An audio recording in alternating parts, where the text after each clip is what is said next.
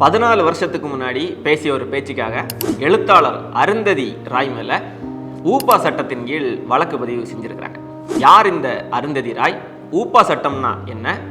இந்த ஊப்பா சட்டம் எதுக்காக அவங்க மேல போடப்பட்டுச்சு என்பது பற்றி பேசலாம். எழுத்தாளர்களுக்கான உலகிலேயே மிக உயரிய விருதான புக்கர் விருது பெற்று இந்தியாவுக்கு பெருமை சேர்த்தவங்க தான் Arundhati Roy. God of Small Things என்கிற நாவலுக்கு தான் அவங்க இந்த விருதை பெற்றாங்க. இதில் முக்கியமான செய்தி என்னன்னா, அவங்க எழுதின முதல் நாவலே இந்த நாவல் தான். Arundhati Roy is the god of small things. So Arundhati Roy has won the 1997 Booker Prize. Congratulations, Arundhati. அது மட்டும் இல்லாமல் பவர் பாலிடிக்ஸ், வார் டாக், கேபிட்டலிசம், எ கோஸ்ட் ஸ்டோரி, ஆசாதி போன்ற பல புத்தகங்களையும் எழுதியிருக்கிறாங்க. இந்த புத்தகங்களை பற்றியெல்லாம் நம்ம புத்தக பக்க நிகழ்ச்சியில் விரிவாக பேசலாம். அது மட்டும் இல்லாமல் 1989ஆம் ஆண்டு In Which Annie Gives Those Ones என்கிற படத்திற்கு சிறந்த திரைக்கதைக்கான தேசிய விருதையும் வாங்கியிருக்கிறாங்க. இதில் முக்கியமான செய்தி என்னன்னா, 2015ஆம் ஆண்டு நாட்டில் நடந்துட்டு இருந்த மத சகிப்பின்மைக்கு எதிராகவும் வலதுசாரி அமைப்புகளுடைய பாசிச நடவடிக்கைகளுக்கு எதிராகவும் அந்த விருதை திரும்ப கொடுத்துருக்கிறாங்க. வெறும் எழுத்தாளரா மட்டும் இல்லாமல் அரசியல் நடவடிக்கைகளையும் ஈடுபட்டிருக்கிறாங்க. இந்திய அரசுடைய பாசிச நடவடிக்கைகளுக்கு எதிராக, தனியார்மய உலகமய கொள்கைகளுக்கு எதிராக துணிச்சலாக நிறைய கருத்துக்களையும் பேசியிருக்கிறாங்க. அது மட்டும் இல்லாமல் இவங்க ஒரு சூழலியல் ஆர்வலரும் கூட. நிறைய சூழலியல் சார்ந்த பிரச்சனைகளுக்கு மக்களோடு மக்களாக குரல் கொடுத்திருக்கிறாங்க. குறிப்பாக நர்மதா ஆற்றின் குறுக்கே அணை கட்டக்கூடிய அந்த திட்டத்துக்கு எதிராக மிகப்பெரிய அளவில் போராட்டங்களையும் கலந்துக்கிறாங்க. பழங்குடி கிராமங்களில் இந்திய அரசாலும் பெரு நிறுவனங்களாலும் நடத்தப்படக்கூடிய வள வேட்டைக்கு எதிராக மக்களோடு மக்களாக களத்தில் நின்று போராடி இருக்கிறாங்க. அது மட்டும் இல்லாமல் அந்த பகுதியில் மக்களுக்கு ஆதரவாக களத்தில் நின்ற நக்சல்பாரி அமைப்புகளோடையும் சேர்ந்து போராட்டங்களை நடத்தியிருக்கிறாங்க. மனித உரிமை, கருத்துரிமைகளுக்கு ஆதரவான கருத்துக்கள் எல்லாம் பேசியிருக்கிறாங்க. இந்திய அரசினுடைய அணுசக்தி கொள்கைக்கு எதிரான கருத்துக்களையும் தொடர்ச்சியாக பேசிட்டு வந்திருக்கிறாங்க. பொக்ரான் அணுவெடிப்பு சோதனை நடத்தப்பட்ட காலத்திலிருந்தே அதுக்கு எதிரான கருத்துக்களையும் பேசிட்டு வந்திருக்கிறாங்க. முக்கியமாக காஷ்மீர் தன்னாட்சி குறித்து தொடர்ச்சியாக அவர்களுடைய ஆதரவு நிலைப்பாட்டை பகிரங்கமாக வெளிப்படுத்திட்டு வந்தாங்க. காஷ்மீர் தன்னாட்சி உரிமைக்காக 10 ஆண்டுகளுக்கு முன்னாடி அவங்க பேசின பேச்சுக்கு தான் இப்போ அவங்க மேலே வழக்கு பதிவு செஞ்சுருக்கிறாங்க.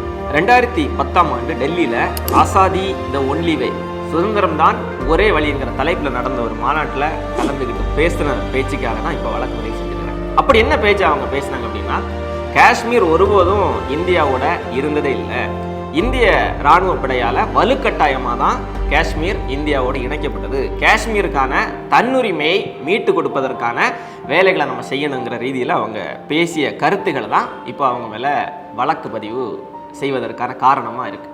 Kashmir has never been an integral part of India.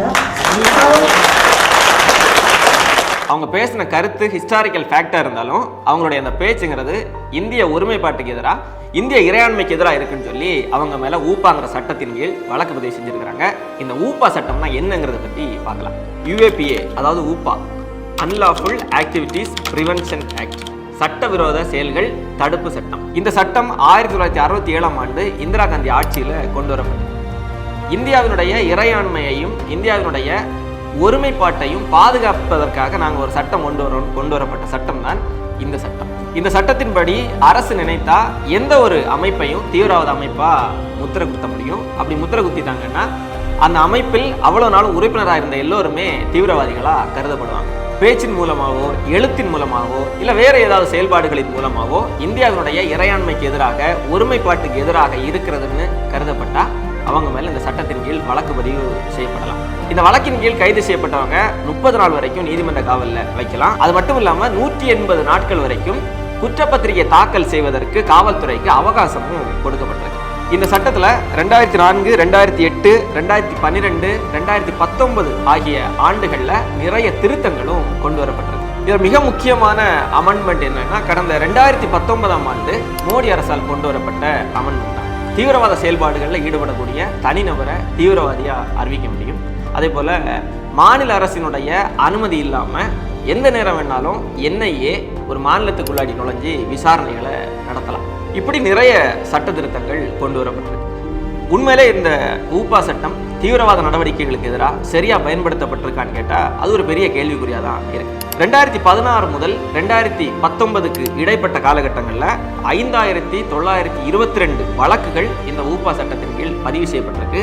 ஆனால் NCRB தேசிய குற்ற ஆவண காப்பகத்தின் 2021 அறிக்கையின்படி இந்த காலகட்டத்தில் இவர்களில் வெறும் 132 பேர் மீது போடப்பட்ட வழக்குகளில் மட்டும்தான் குற்றப்பத்திரிகையே தாக்கல் செய்யப்பட்டிருக்கு.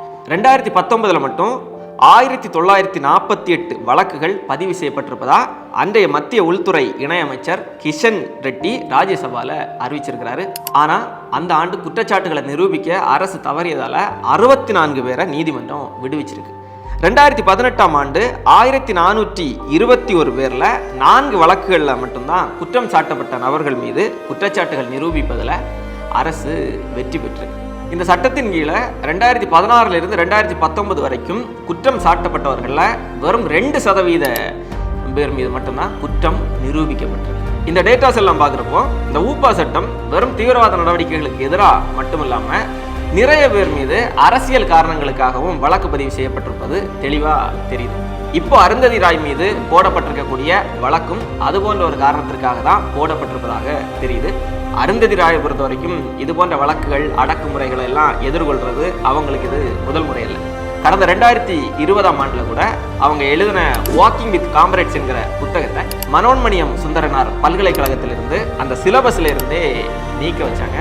நீக்க வச்சது யாருன்னா பாஜகவுடைய மாணவர் அணியான ABVP-னுடைய அழுத்தத்தால தான் அதை நீக்க வச்சாங்க.